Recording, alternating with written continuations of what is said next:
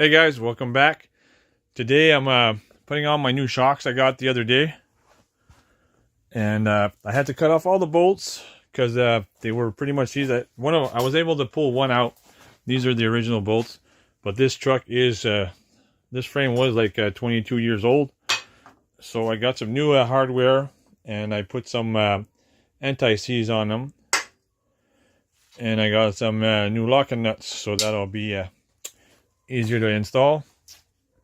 And when you get your shocks, you make sure they're fully stretched out and they're actually the same length. Make sure they sent you the right shock. So I got that. This is how they came in with the strap on. So they're shorter to ship, I guess. I don't know. And these ones, when I took them off, they still have some compression left. So we're gonna put these straps back on and put them in a box, and I'll put them away somewhere. You know, just in case I need them for something else, for some reason or another, just in case for, you know, backup if something happens and I can't get a shock in time. So I'm going to put these on and be fairly easy to do, I hope, because they just pretty much put them back in the way they came out, except for the cutting. I'll put that there.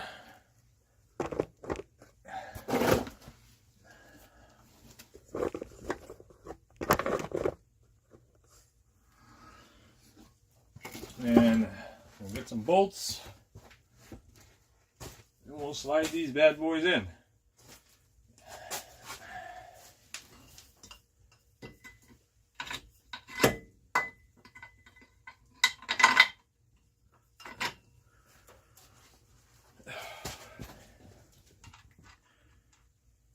Long nut.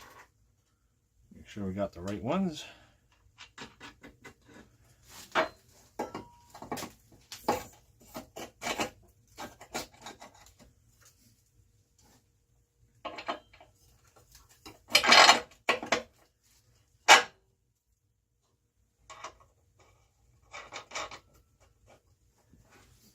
And basically that's all it is. They just go back into the original hangers there and on the bottom. And we'll tighten those up. And then we'll do the other side.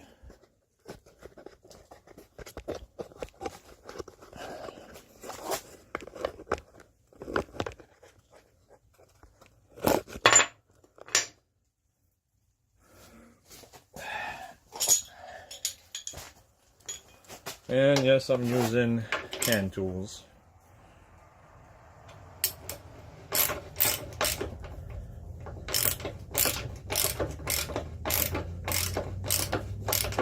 And my hand tools are cold because it's cold today. It's below freezing. I think it's like -5 degrees Celsius. That should be what, 27 Fahrenheit, I think, somewhere around there.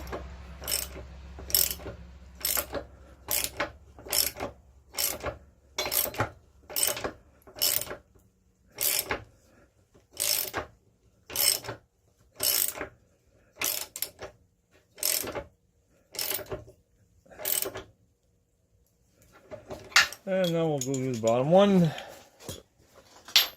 Bottom one's just, this is kind of messy. I don't know how you guys are going to see this, but it's this one right here. I'll just do that, then we'll go back to the other one. Okay, that one's done down there. As you can see, it's all bolted up. And now we're going to go across and go do the other one. Because my garage is just basically a tarp garage, as you can see. And working in the cold ain't fun.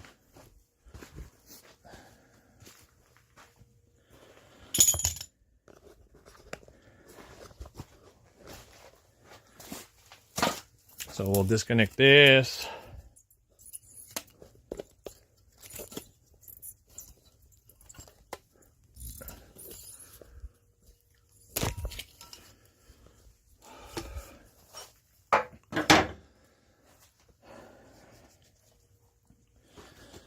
And we'll get our bolt and our nut ready. And I just got my fingers all dirty full of that stuff.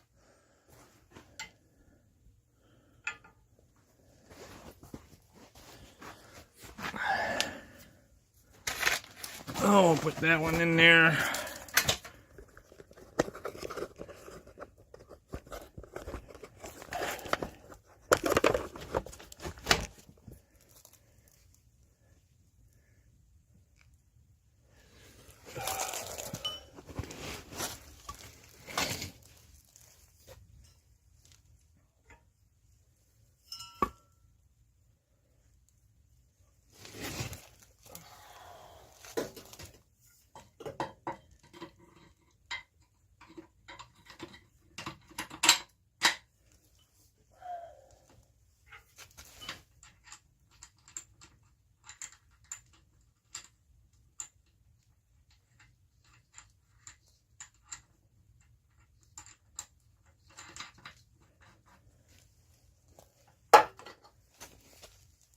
And we'll get the top one.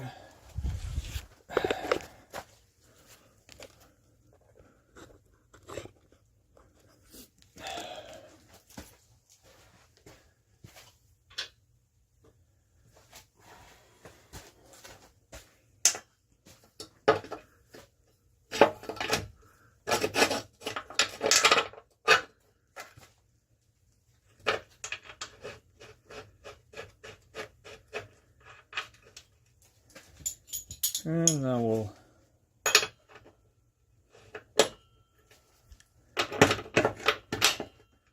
screw those in.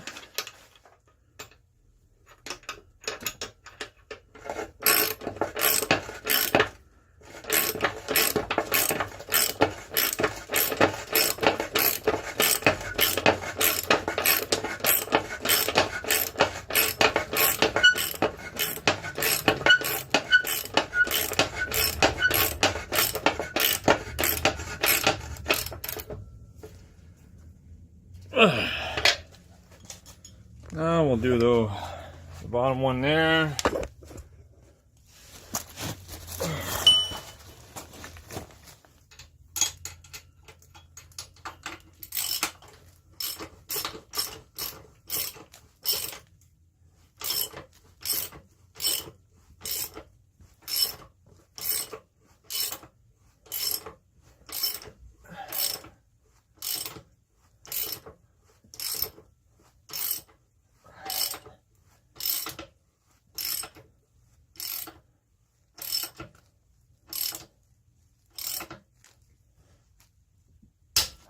Oh, guess that's enough for the ratchet, it said.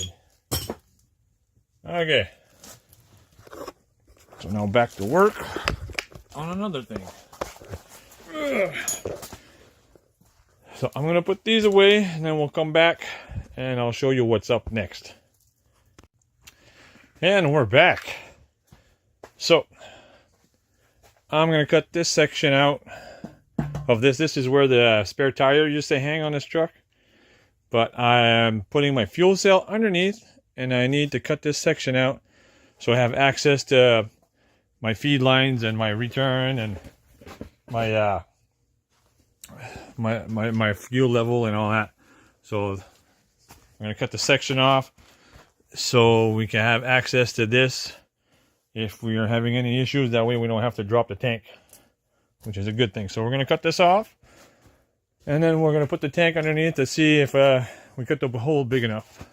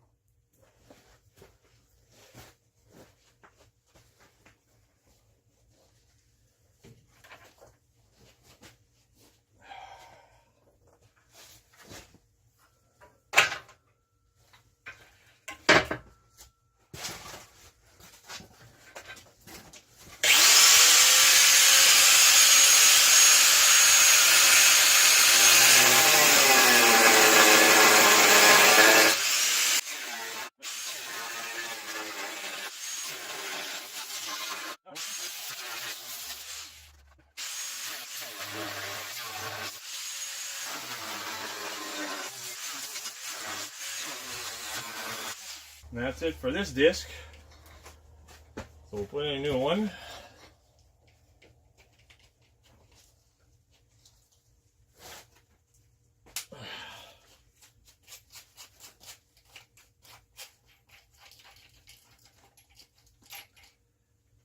And I guess when you leave it that big, it means you're not wasting.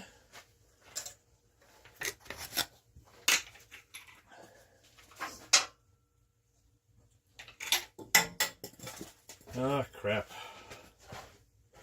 I'm all thumbs today.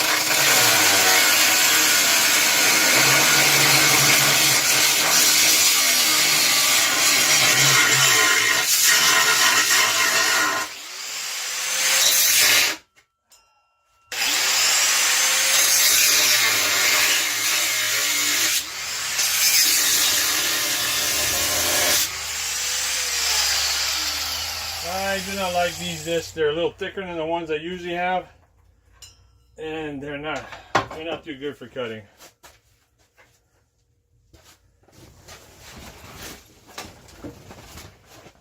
It's the only thing they had in stock at the store, so I had to get those, and not too happy about that.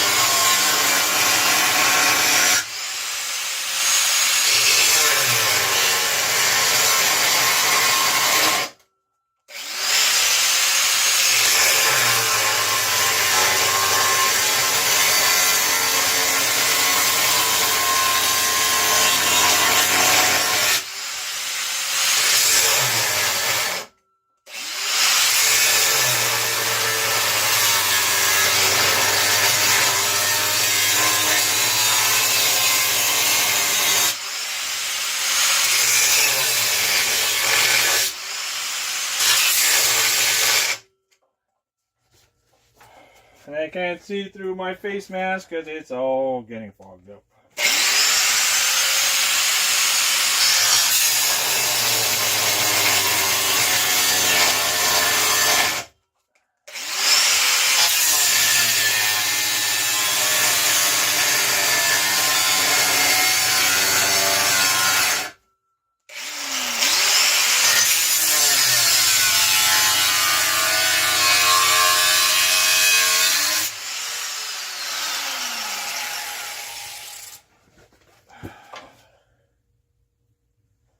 One more cut.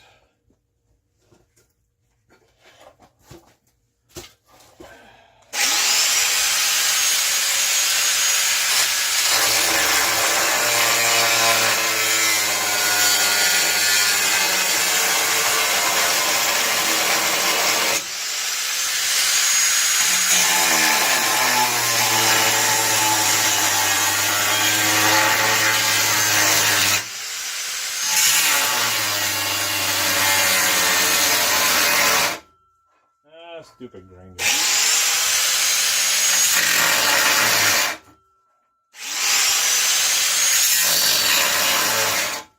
Hey, you're getting on my nerves.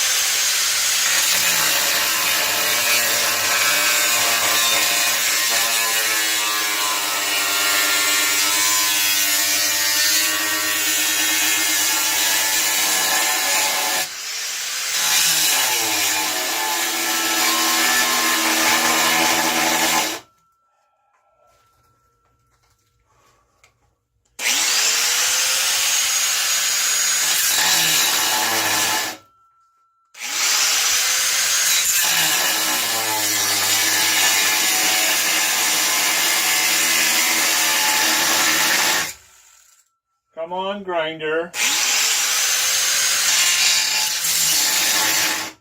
Oh, you're friggin' annoying now.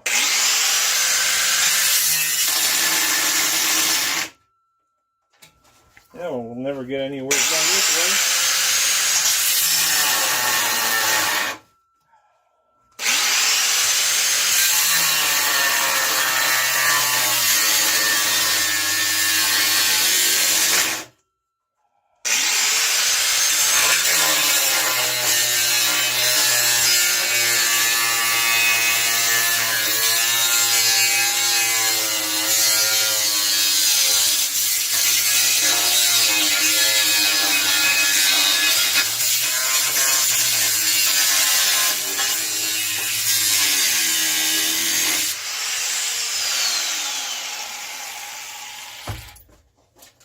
Okay, a little bit this way.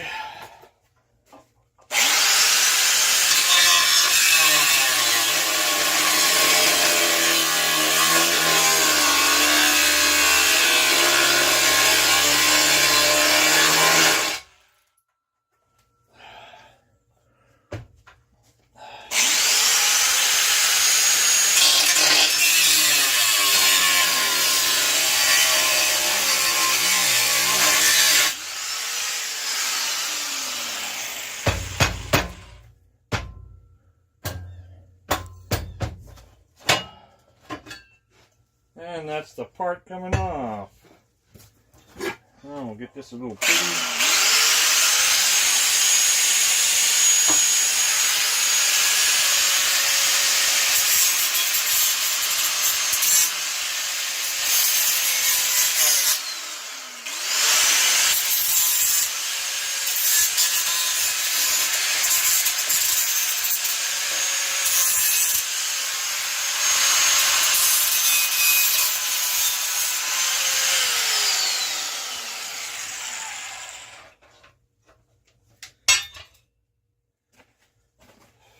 And that's the hole that was cut.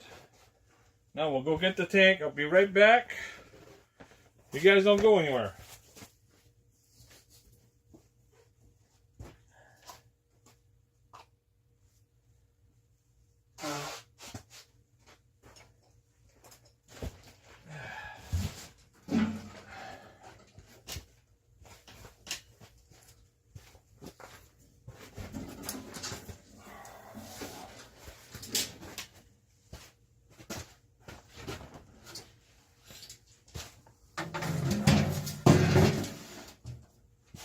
And now I'm going to put a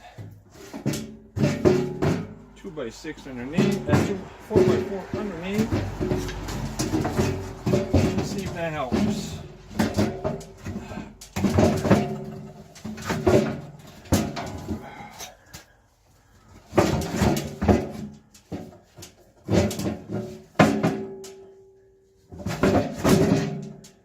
Okay, so we cut it big enough. I think it'll be big enough, yeah. Depending on how we go.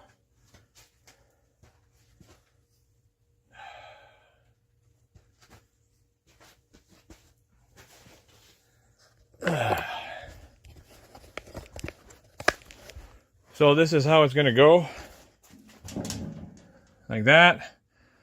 Then I have some elbows, some 90s that I'll screw into here.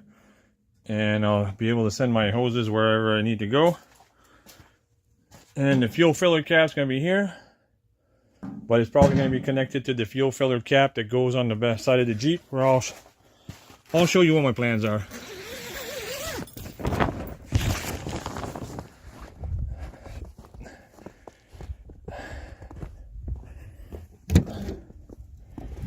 Okay, so the fuel tank should be right underneath here. So I'm planning on cutting this section out, and the fuel tank will be right here, so I have access to everything there, and the funnel will come from there to there, and I'll be able to use the same way to fill her up. Or I could always just, you know, lift this up and fill it like this if worst comes to worst, but we'll see how that goes.